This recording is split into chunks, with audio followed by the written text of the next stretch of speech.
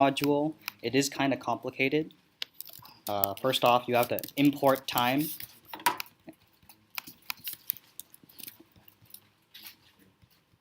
And that's the library you'll be using. First, you import time, then you think, okay, what's possible in the time module? You go look at some documentation. This is one of those libraries that's built into Python. And it's kind of weird. Unix or Linux has its own way of keeping time. It's really important for computers. So they have something that's this thing. To represent time as a singular number, they have this, what is it, epoch? So this is how you're going to see time being printed. It keeps tracks of seconds, and it's a very specific time that they references off of. Ever since, which one? Thursday, January 1st, 1970. So that's like their reference point, and this is how many seconds have passed since January 1st on 1970. And it adjusts for itself, I think, according to leap years or leap minutes and leap seconds, whatever they are. But this number represents how much time has passed since then. And to make it something more readable that we're used to, we have the top. It's currently Tuesday, April 2nd, and you see GMT time. The final thing is seconds as it ticks up and stuff. And it's this big number that we'll see when we use the time module in Python. So I will be constantly referring to this. This is the built-in Python documentation for Python 2, which should work with all our Trinket programs. So let's try to get something being displayed. Let's try to figure out how many seconds have passed so far. So we have to refer to our time library, tell me what time it is. When we run this, we get to know outputs, time demo. I will remember to click save instead of cancel so I don't lose all my work. Okay, and you're like, okay, why doesn't anything show to the screen? Oh, we haven't printed anything yet. Print seconds. So now you see that similar 15 blah, blah, blah, blah, 627. That matches like this thing approximately. So far, it's not that useful. Since it doesn't repeat itself, I have no idea to check it constantly. In like processing, you have your handy-dandy draw function. From processing, import star, now we have our good old, what is it, def or function? Def. Def draw.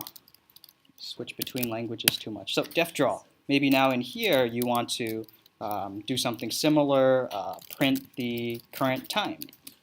And draw it already helps you repeat. So then when we do print this, is it happening over and over again? No.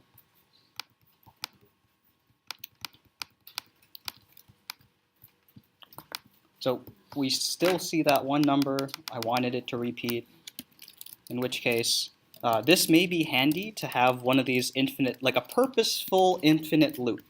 They're not always so bad. In this case, if I have it repeat, why doesn't it print on new line? Why is it just one? I'm trying to have it display and then constantly update.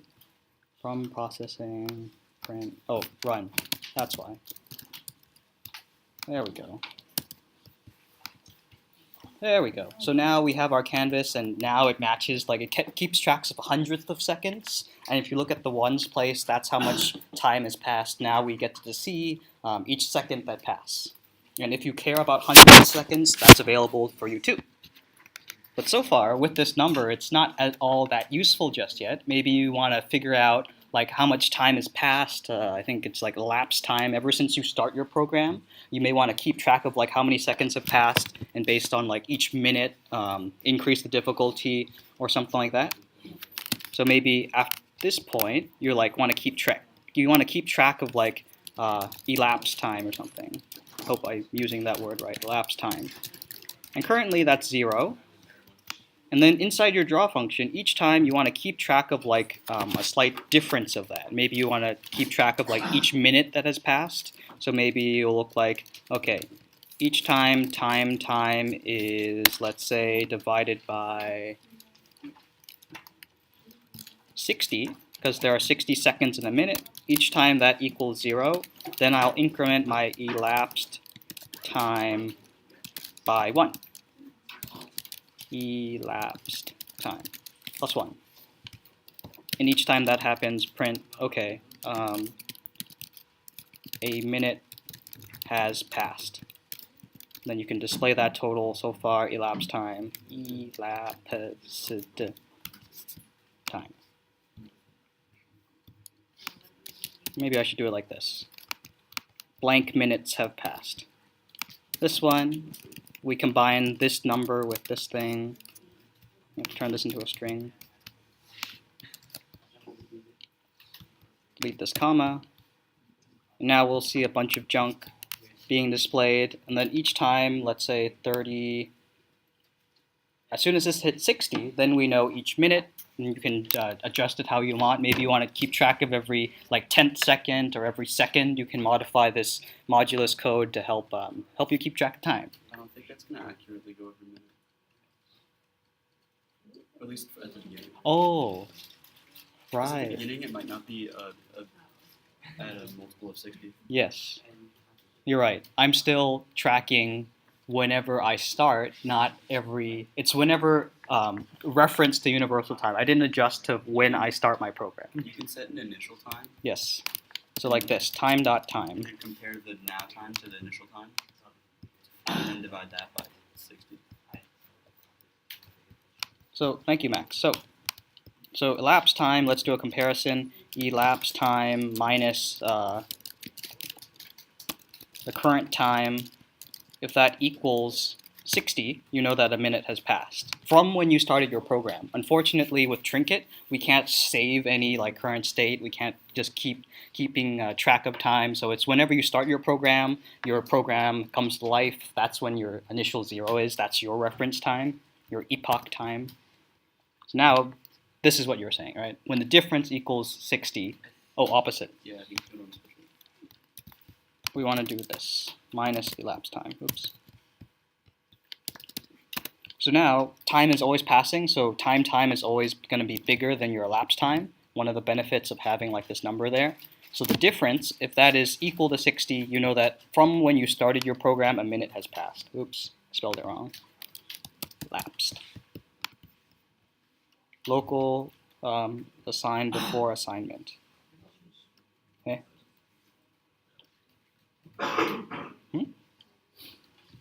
Global.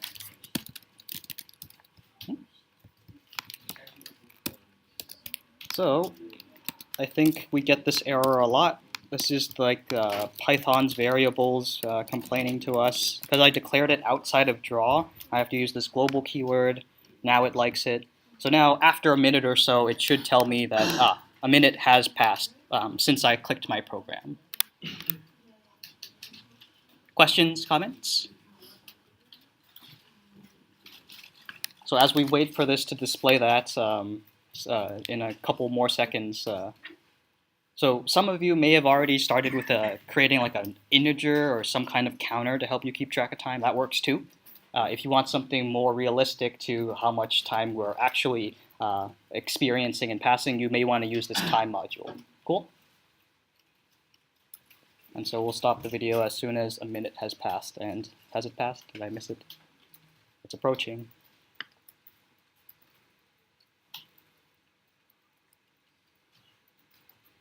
And here's another fun fact, like draw by itself is an infinite loop.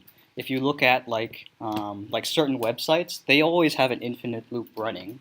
Think about like when a user accesses a website, you have to be able to hear it, and so that loop is always like running and always listening for something to happen.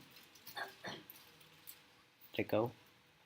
Oh, okay. So my program's a little wonky because I realized that we're never going to see this pop up because I'm using the elapsed time variable equal to the initial time, and then I increase it by 1, and so really that does nothing.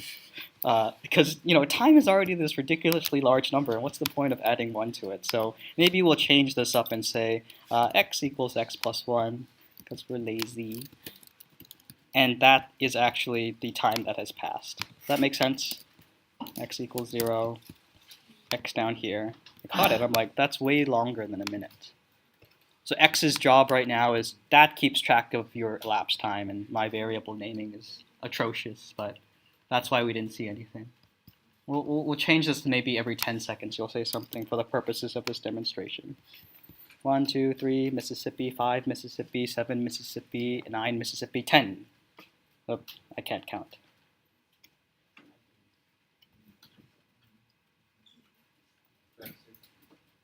Did I miss it?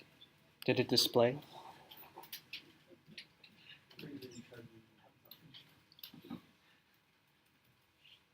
Darn.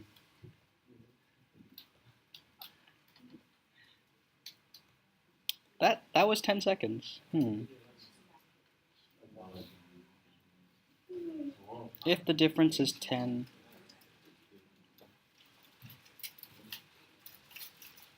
Oh. So I'm noticing that since we don't see the minutes has passed, I think right here there is a slight problem.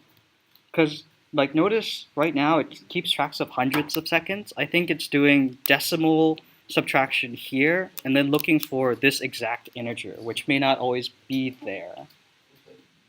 So if we stop and pause this, it may not always be 0.